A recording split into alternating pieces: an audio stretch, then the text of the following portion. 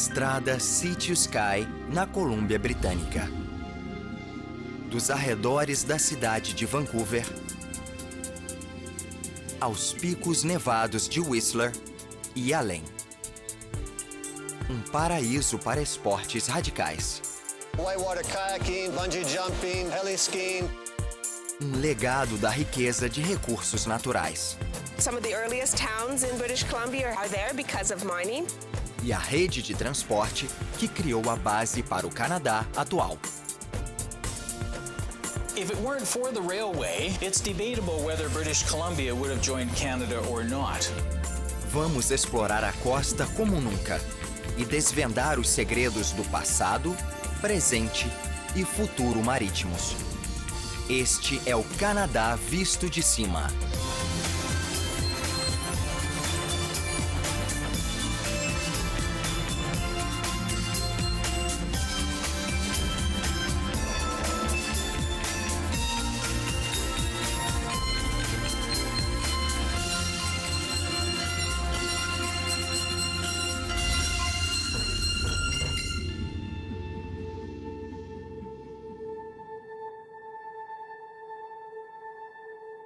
Ao seguir o litoral do sul da Colômbia Britânica na direção noroeste, o incrível contorno de Vancouver.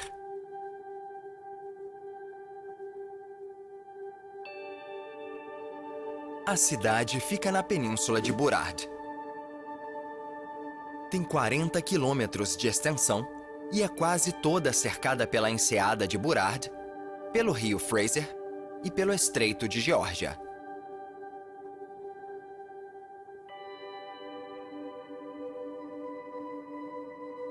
A geografia da cidade é singular, pois ela fica aninhada entre as montanhas e o mar.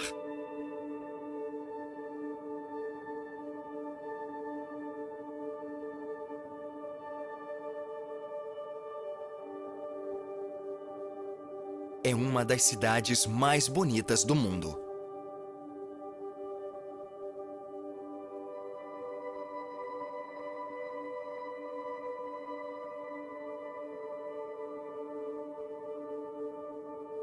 A região que cerca Vancouver é a entrada para uma linda viagem costeira.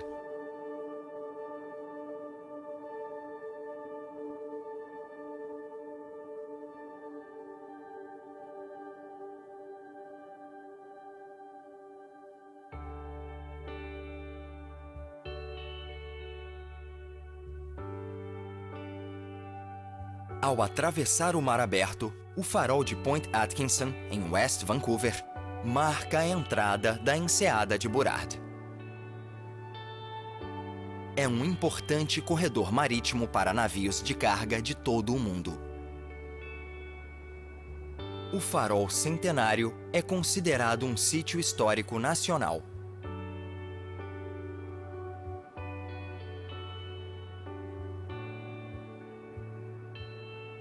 Após Point Atkinson, vemos a Ilha Passage, uma formação rochosa de 13 hectares.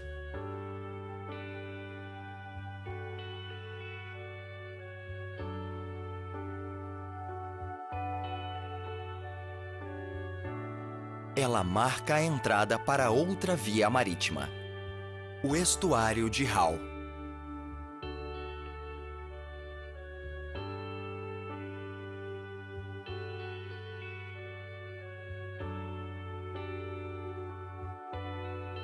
O estuário de Howe é uma massa de água vasta que se estende por 45 quilômetros em meio ao continente.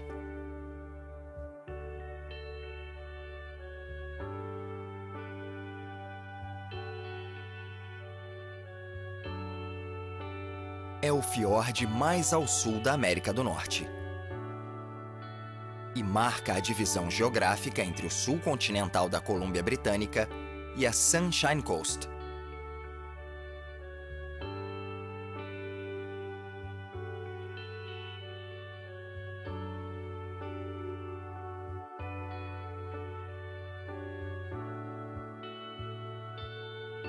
A região era habitada pelos povos Squamish e Siouxalt milhares de anos atrás.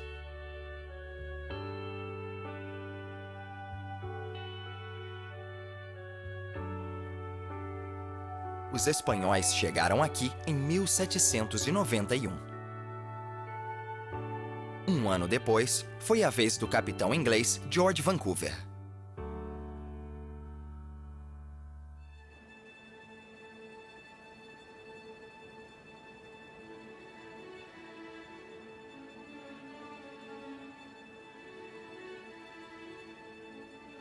Hoje, a região é muito pouco povoada.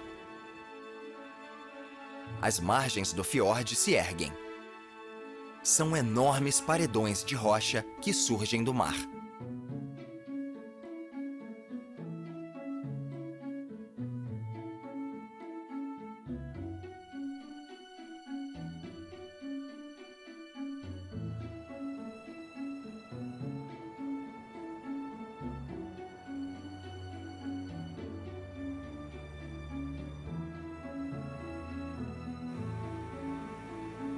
O estuário de Hull também tem margens rochosas e acidentadas.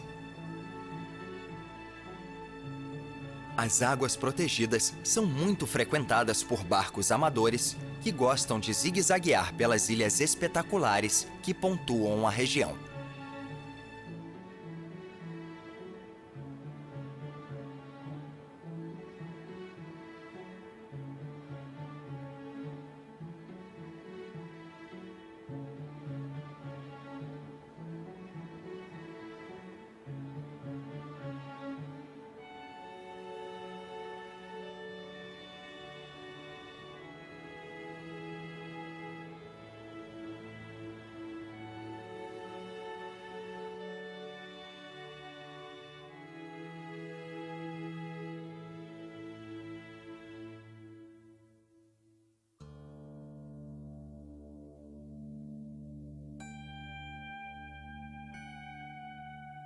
A costa do estuário de Hull é uma maravilha natural.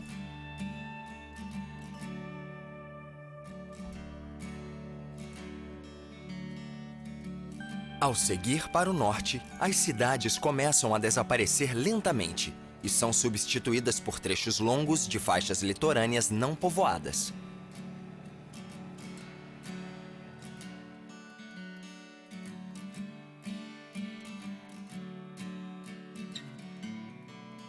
Esta é uma das principais atrações da Colômbia Britânica, a rodovia Sea to Sky.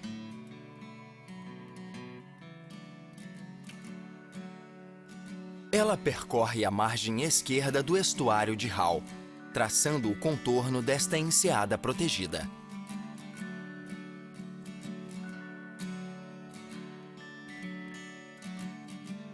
A rodovia é conhecida como uma das mais bonitas do mundo.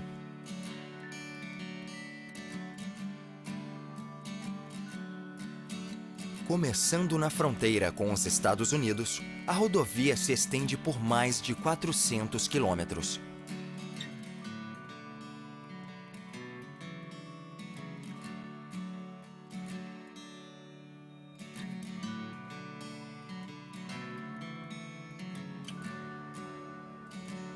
E formam uma trilha incrível por 5 zonas biogeoclimáticas diferentes.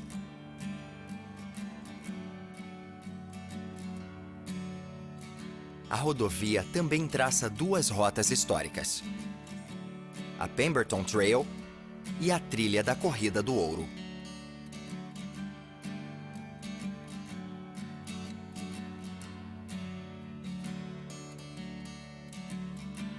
Estas rotas históricas ajudavam a levar o povo Salish, morador da costa, ao Fraser Canyon, no interior.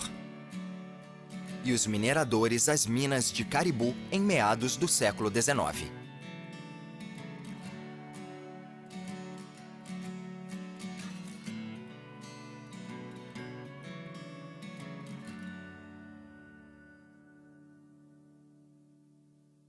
O legado dos recursos naturais foi mantido no século XX. Na cidade de Britannia Beach.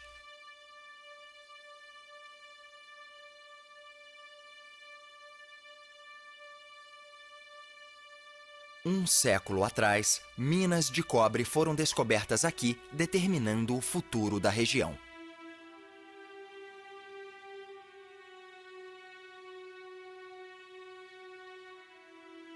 Britannia Mine is located on the beautiful coast of Howe Sound, which is 50 kilometers north of Vancouver, British Columbia.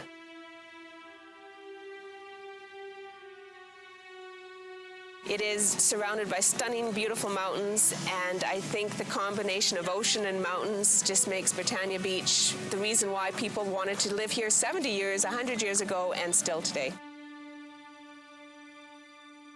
O Museu de Mineração de Britannia pode ser visto a quilômetros daqui. É um símbolo da cidade e da região. Some of the earliest towns in British Columbia are there because of mining. And so in the context of Canada, mining in British Columbia are some of the first earliest mines in Canada and some of the greatest mines.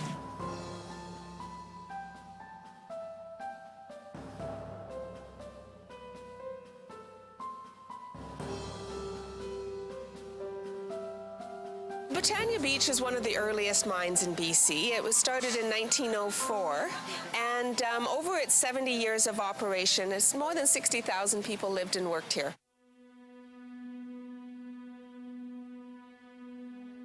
We had something like 30 different nationalities that worked here in Britannia. Antes de 1956, só era possível chegar de barco a Britannia Beach. A cidade era totalmente isolada. Mas era muito animada. Tinha bibliotecas, quadras de tênis e piscinas. Além de festas e atividades sociais frequentes. Uma bênção para os trabalhadores que passavam a maior parte da vida embaixo da terra.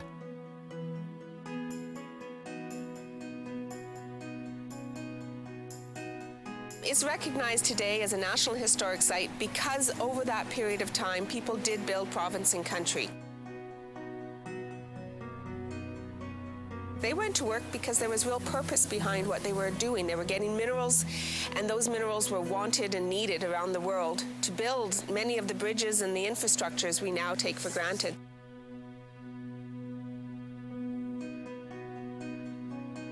O museu tem 15 prédios históricos, máquinas, outros equipamentos e exposições acima e embaixo da terra. Tudo isso era essencial para extrair minerais desta montanha.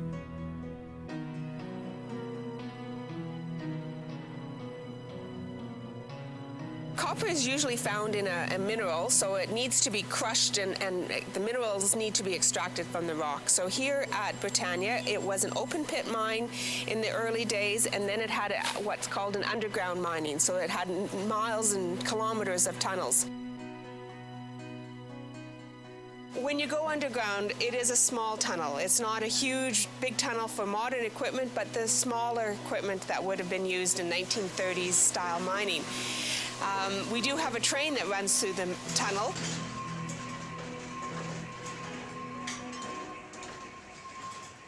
Here at the museum, of course, people can go back and see maybe what it would have been like to be a miner in the 1930s when hard rock mining was happening here.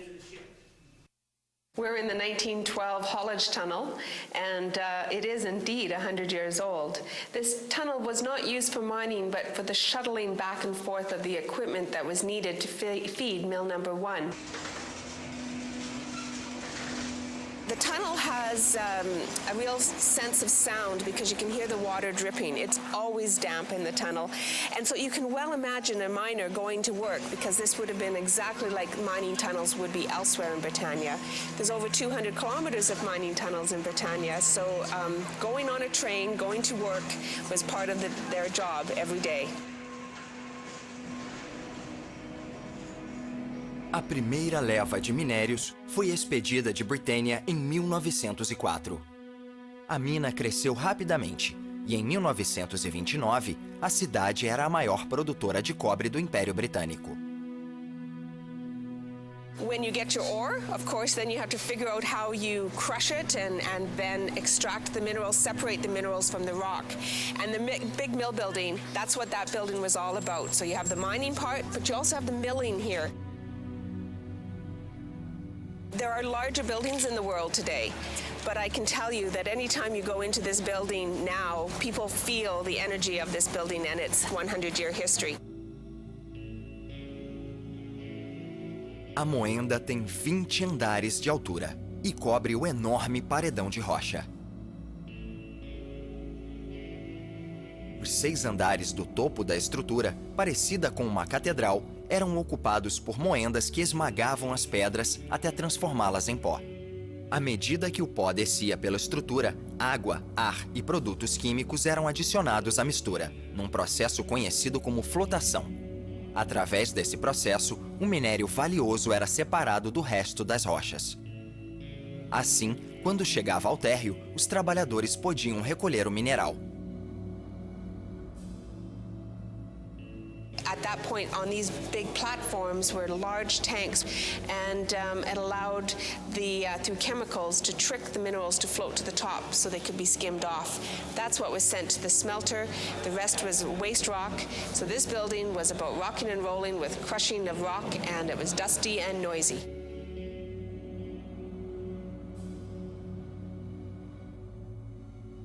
There is a saying that says, if you can't grow it, you must mine it. And it is an absolutely true statement if you take some time to think about it. So modern mining gives us all the things we want in our society. So for a person today, we believe we need to understand mining. Mining in British Columbia remains important to British Columbians and Canadians because we're part of a global world where we do get from the ground the minerals we need for our everyday life.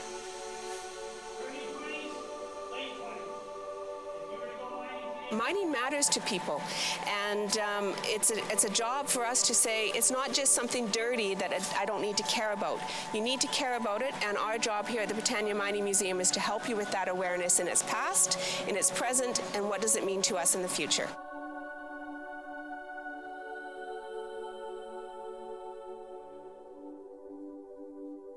Além das fronteiras de Britannia Beach, as rochas e penhascos se erguem no Parque Provincial de Stalhamos-Chief.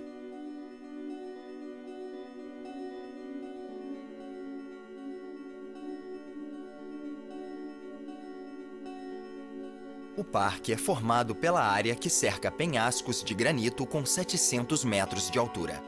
O nome do parque é uma homenagem a Stalhamos, um vilarejo de um povo nativo.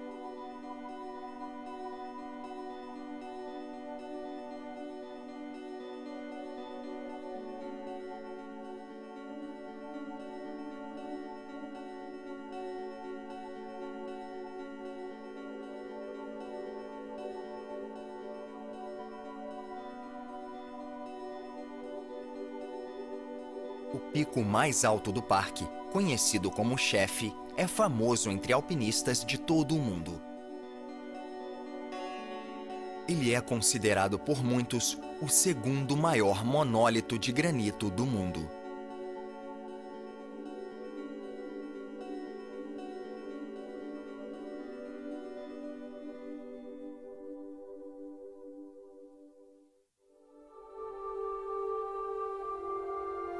Após o Parque Provincial, vemos o limite norte do incrível estuário de Hull.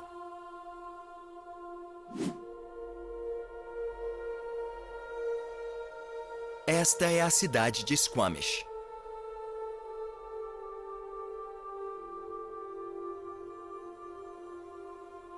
Ela tem o nome do povo indígena que habitou esta região por milhares de anos.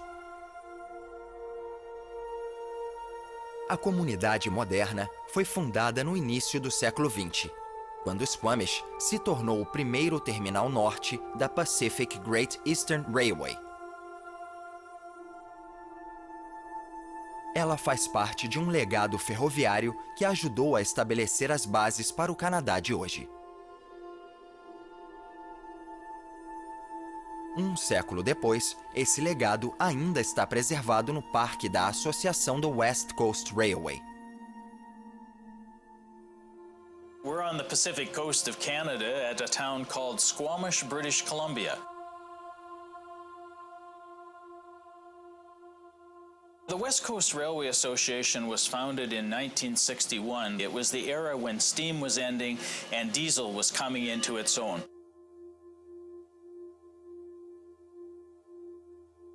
We had a lot of pieces of rolling stock, but we weren't able to preserve them properly. We weren't able to exhibit them. We weren't able to interpret them. We really did need a home.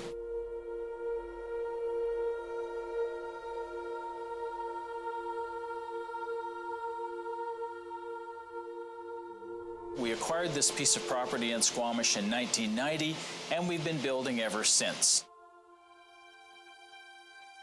O parque abriga dezenas de vagões históricos restaurados, construídos a partir de 1890.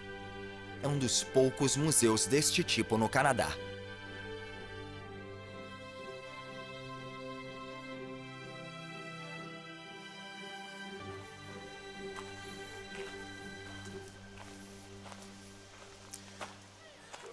This is Railway Post Office car 3704.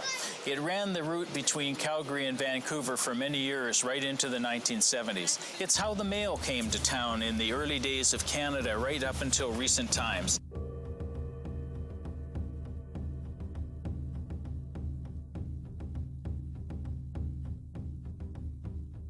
You can see here the various bags of mail into which the postal workers would sort the mail. As they approached a station town or a community, you'll see that the bags are all identified with the station names, and they would open the door, toss the bag out, that would be the mail in, and grab the bag you saw off the post outside and bring it in and continue sorting. While the car was moving down the tracks, there'd be up to 5 posties aboard here working, or railway post office clerks working to sort the mail, and they would sort the letters, they would sort the parcels, and make sure that everybody got their mail on time in the various towns along the line. It's a key part of the story on how communication started in Canada. Além dos vagões históricos, o parque inclui uma construção recente, uma rotunda enorme e moderna. It was interesting building a roundhouse because there hadn't been one built in Canada in decades. Included with the project was the installation of a turntable, which is required to turn the locomotive so that you can access the tracks into the crescent-shaped building. And it was opened in 2011 as our newest exhibit hall. A rotunda abriga alguns dos vagões mais valiosos da associação. Inclusive, o primeiro comprado por ela. O vagão executivo número 16 da companhia Canadian Pacific, chamado de British Columbia ou Colômbia Britânica. And this is where it all began for us. Wood cars like this, built way back in 1890, had been outlawed to operate on Canadian railways. Most of them were destroyed. The refinishing of all of this wonderful mahogany was quite a task in and of itself. When the car was taken apart, we discovered there were over 100,000 pieces of wood in the car. Some of them very, very tiny, others some of the major pieces you see. Each one had to be stripped right down to the wood, refinished and revarnished. The car was then reassembled and 12 coats of varnish were put on to create the finish you see today.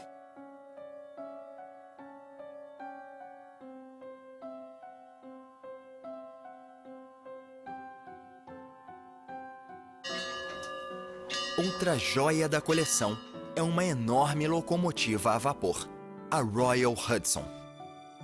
The Royal Hudson really is the jewel of our collection. It's a very significant piece in the history of Canada. It's very rare in that it still operates. There's only two, maybe three mainline steam engines left in Canada that can operate. It was restored over a long period of time, and it demonstrates clearly an era that just isn't available for people to see. It would typically pull 10 to 15 car passenger trains or 40 and 50 car freight trains single-handedly. It's equivalent basically to probably two of the diesels of the same era together in terms of its pulling power. A magnificent sight when it's steaming along the main line.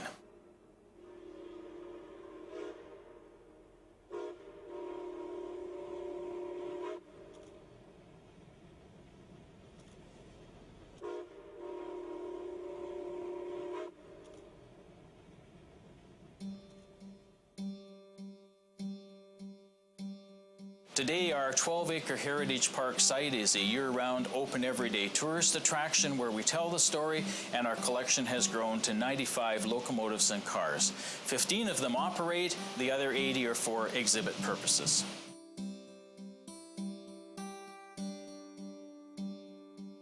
Well, what we're building here is a completely interpretive community that would have been typical of those established in Western Canada because the railway came. Unlike other parts of the world, the railway actually created our communities in many cases out here, as opposed to just connecting existing communities in other parts of the world. If it weren't for the railway, it's debatable whether British Columbia would have joined Canada or not. So if you think about the Pacific coast, the ocean, of course, is north-south, and all of the trade routes were north-south. San Francisco, Portland, Seattle, Victoria were the trade routes up and down the coast. As the British were looking at what to do with this territory on the west coast, they had to decide how, in fact, it might be connected to Canada. And after the Confederation of Canada was created, the idea of building a railway from the east to the west to connect the country was floated. That was enough to get British Columbia interested, and the rest is history.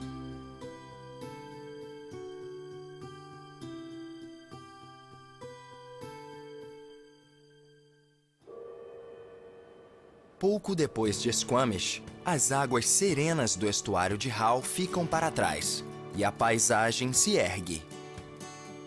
Adornada com rios e montanhas incríveis, a região é um ponto de encontro para a cultura e a aventura.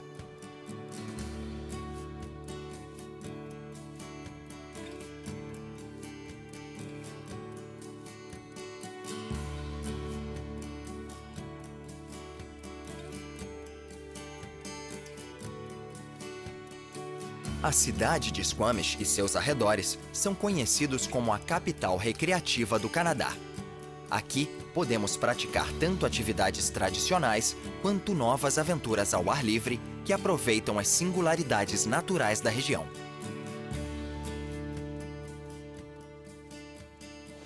Well, anybody that's looking for extreme activity has many choices, from riverboarding to whitewater kayaking to bungee jumping to heli skiing to really anything that they want to do. BC is a great playground to do it. Amante da natureza, Sky MacLeod vem explorando as águas costeiras da Colômbia Britânica há anos. Agora, ele promove um esporte que acredita ser novo e exclusivo da região. Well, I riverboard, and for a lot of people, they don't know what it is, but it's riding a boogie board or a bodyboard down whitewater, down the rivers.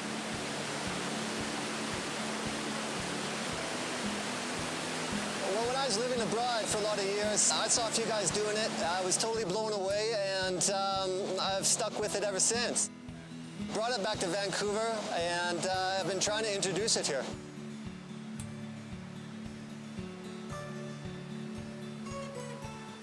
Like a kayaker goes down the whitewater, I go down on my chest, on my stomach, but with a boogie board, and surf the waves and ride the whitewater.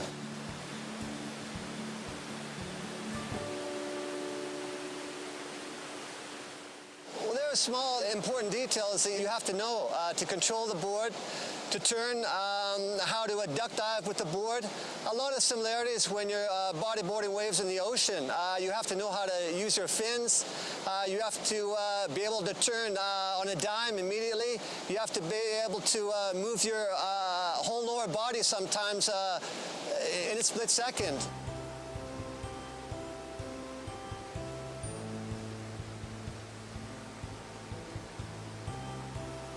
It's hard for me to tell actually how fast I'm going in the river, but I'm going as fast as the river, and she's really moving. You can just look at the river, see how fast it's going, and then you know how fast I'm going.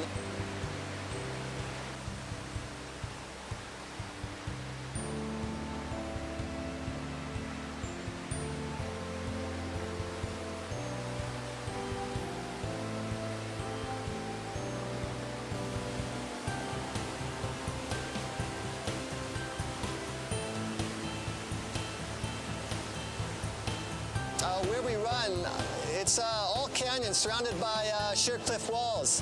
So in some places it's very steep and very narrow, and there are some flat water places where you can just float along. And when you're looking up at the canyon walls, everything is very quiet. You see eagles flying down, sometimes eating salmon on the rock. You see salmon jumping sometimes. It's just totally tranquil.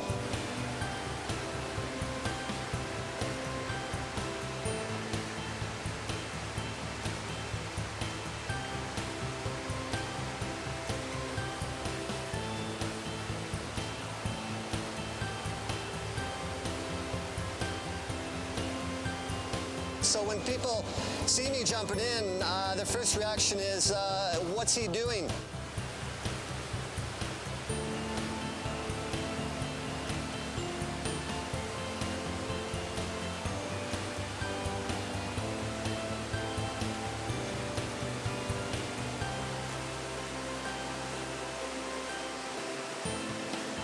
But when they see me riding the whitewater, and then when I'm out and I'm coming back to do another run, they talk to me and ask me what's going on. I tell them, and they're very intrigued, and a lot of them want to try it, so that's a great thing.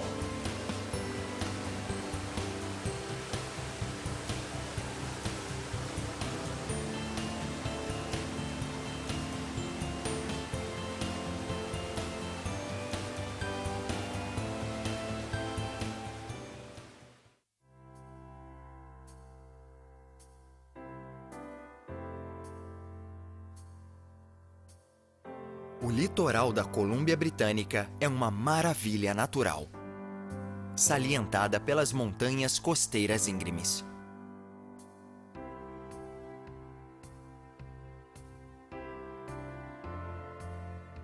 Este é o Parque Provincial de Garibaldi, localizado no continente a leste da rodovia Sea to Sky. O parque fica a apenas 70 quilômetros ao norte de Vancouver, mas parece outro mundo.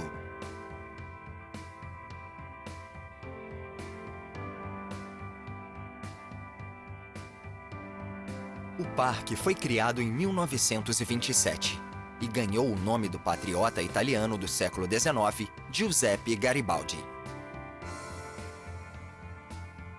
Ele engloba quase 2.000 quilômetros quadrados de beleza acidentada.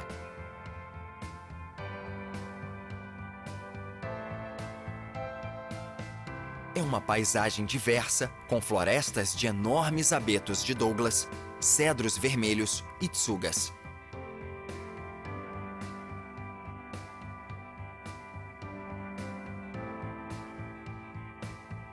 A paisagem é formada por uma mistura de montanhas, vales, lagos e rios alimentados por geleiras e incríveis vistas.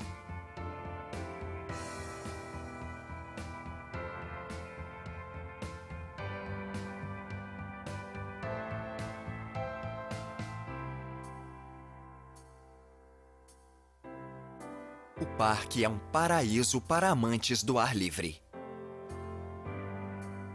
E contém mais de 90 quilômetros de trilhas para caminhada, que podem ser incluídas entre as mais bonitas do mundo.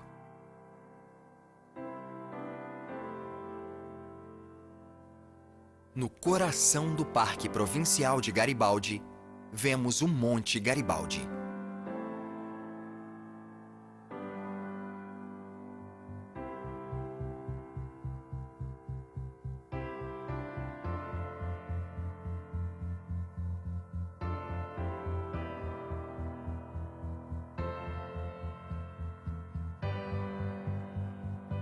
Com mais de 2.600 metros de altitude, ele é um dos picos mais espetaculares e famosos da costa oeste do Canadá.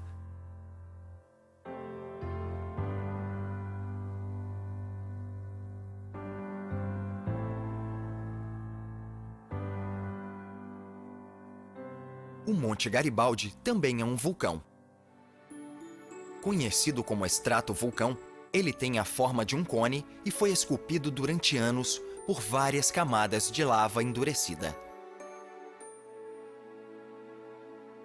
A primeira erupção do Monte Garibaldi aconteceu há 250 mil anos. Hoje, o estratovulcão é considerado potencialmente ativo. É um vulcão formado junto a uma geleira. Isso faz do Monte Garibaldi o único vulcão deste tipo na América do Norte e o maior do sudoeste da Colômbia Britânica.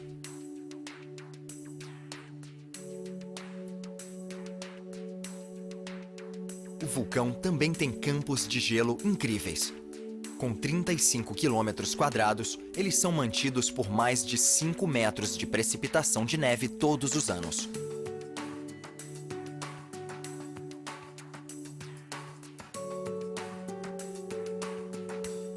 Ao norte, o Lago Garibaldi irradia uma beleza incrível.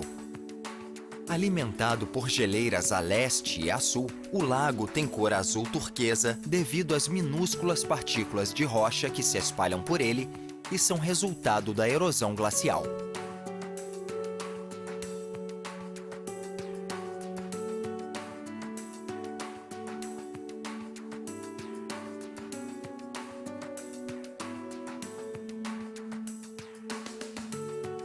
Ao norte, a linda montanha Black Tusk é um marco. Com mais de 2.300 metros de altitude, o pico pode ser visto de qualquer lugar do parque.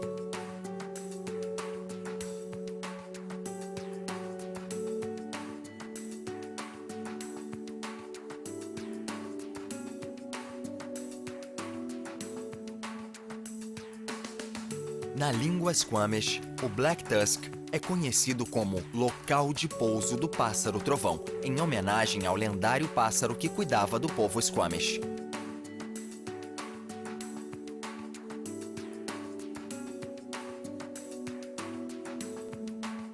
Os indígenas dizem que a cor e a forma do Black Tusk são resultado do pouso do pássaro trovão.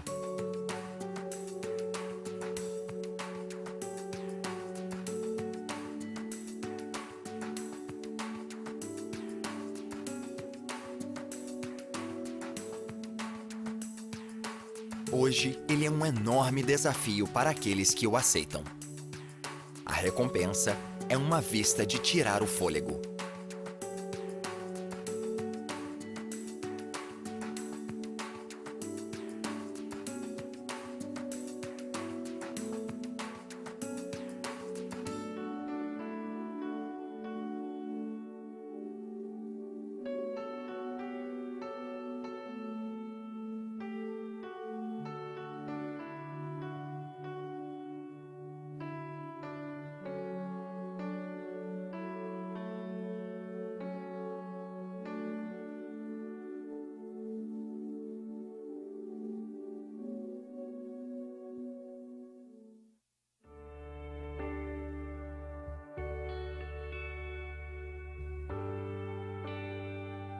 A estrada Sea to Sky, na Colômbia Britânica, percorre uma incrível subida. De rochas e penhascos irregulares ao topo das montanhas de Whistler e Blackcomb.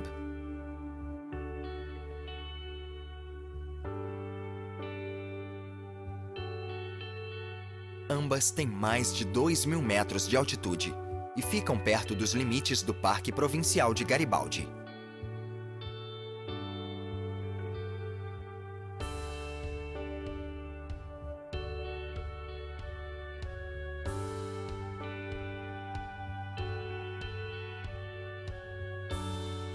A Whistler Blackcomb é considerada uma das melhores estações de esqui do mundo.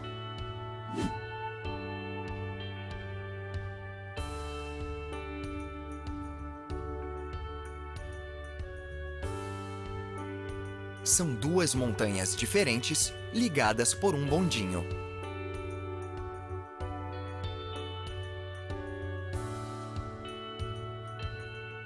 São 4,4 km de uma aventura em grande altitude.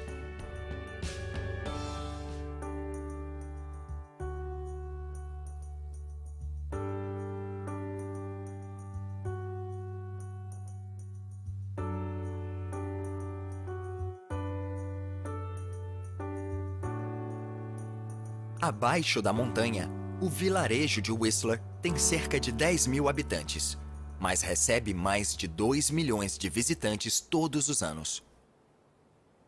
E as pessoas não procuram apenas o esqui. Na baixa temporada, a região está rapidamente se tornando conhecida como uma das melhores do mundo para a prática do mountain bike. Whistler is just an hour and a half north of Vancouver, and I think we're really known as one of the world's most popular ski resorts. But in the summer, Whistler really is a special place as well.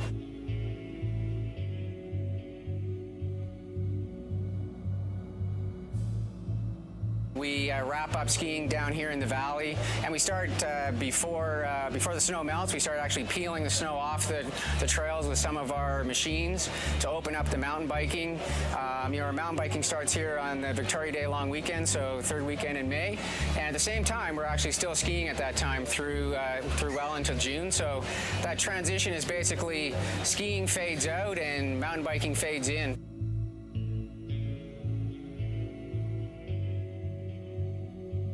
We have the biggest vertical rise in North America, both skiing and mountain biking. So people are able to ride their bikes for 5,000 vertical feet, all lift accessed. And then I think one of the things that is really an advantage for us that some people think is a disadvantage is the kind of weather that we get here. So, I think people think that we end up getting quite a bit of precipitation here, and to some extent that's true. But what results from that is great snow, great skiing conditions, and from a riding standpoint, that provides us with some of the best conditions for riding in. So it keeps our dirt, the surfaces that people ride on, really smooth and grippy, really just the ideal riding conditions. So kind of a combination of the natural amenities of the mountain and the weather that we get here is really ideal for mountain biking.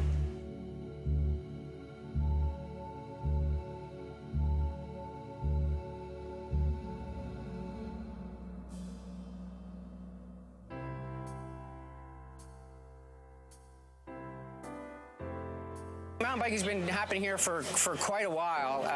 We've been running the Lift Access mountain bike park here since 1999, so we're into our 14th year now. And just the whole mountain biking scene here continues to develop and continues to grow. O sistema de teleféricos que carrega esquiadores na maior parte do ano leva os ciclistas e suas bicicletas até o pico da montanha.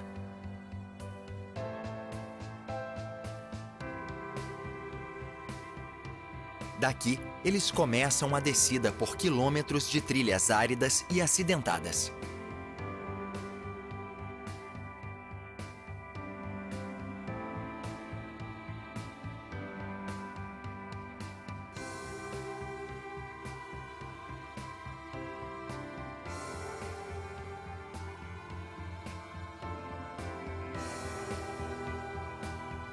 Really, when you think about free ride mountain biking, it actually really started, here on the West Coast, really based on the North Shore of Vancouver, and eventually found its way migrating up towards where we are here in Whistler.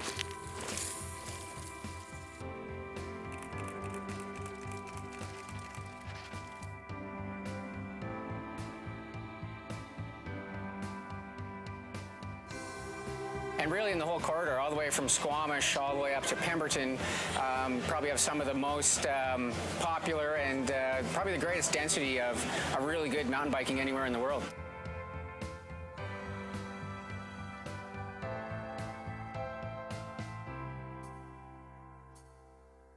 There's a whole range of skill levels. Our beginner trails are, we kind of keep them to being 6 and 8% grade, so they're really, really flat. In fact, flatter than you could probably even move on skis. Whereas, for our steeper stuff, you're probably getting up into the 30+% range. And again, you got that whole range that really allows us to provide experiences for the whole gamut, from somebody that's just trying it for the first time right up to some of the best riders in the world.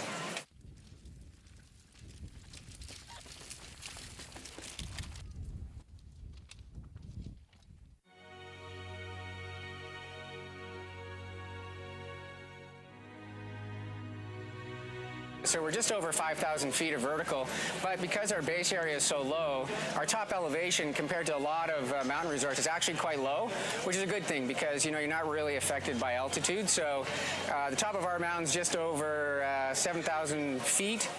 About 2,300 meters, and from there we've just opened up a new trail, a new single track trail called Top of the World, and it starts above the tree line, so all in alpine setting. Spectacular views, spectacular trail, and eventually winds its way down, almost 10 kilometers down to the valley, 5,000 feet below.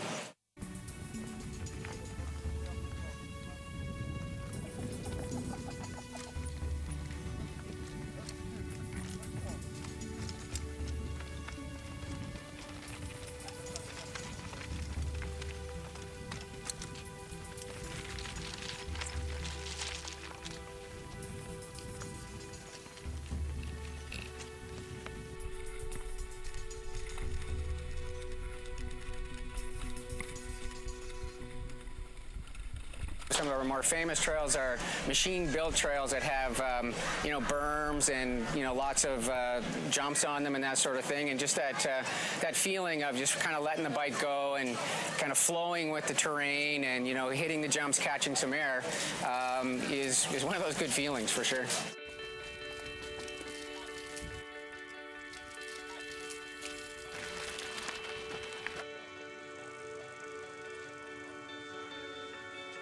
So we'll get people from, obviously from the rest of Canada, from all over the U.S., tons of people from Europe, particularly UK, quite a few from Germany. But then we're getting pockets of people really from every continent on the globe. So it's pretty exciting to see all the people from around the world that come here to gather and have some fun on the mountain.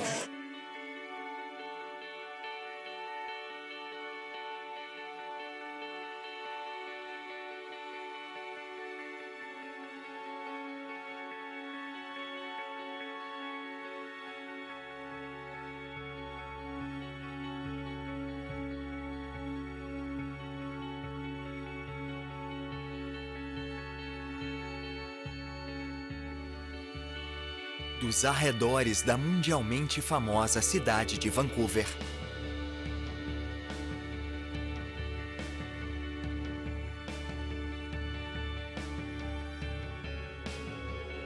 a capital canadense da aventura, Squamish e seus arredores.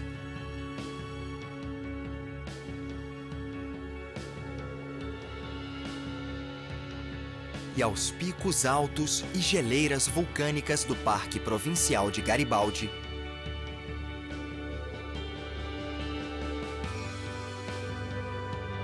a estrada Sea to Sky, na Colômbia Britânica, é uma jornada costeira impressionante, tanto pelo chão quanto pelo ar.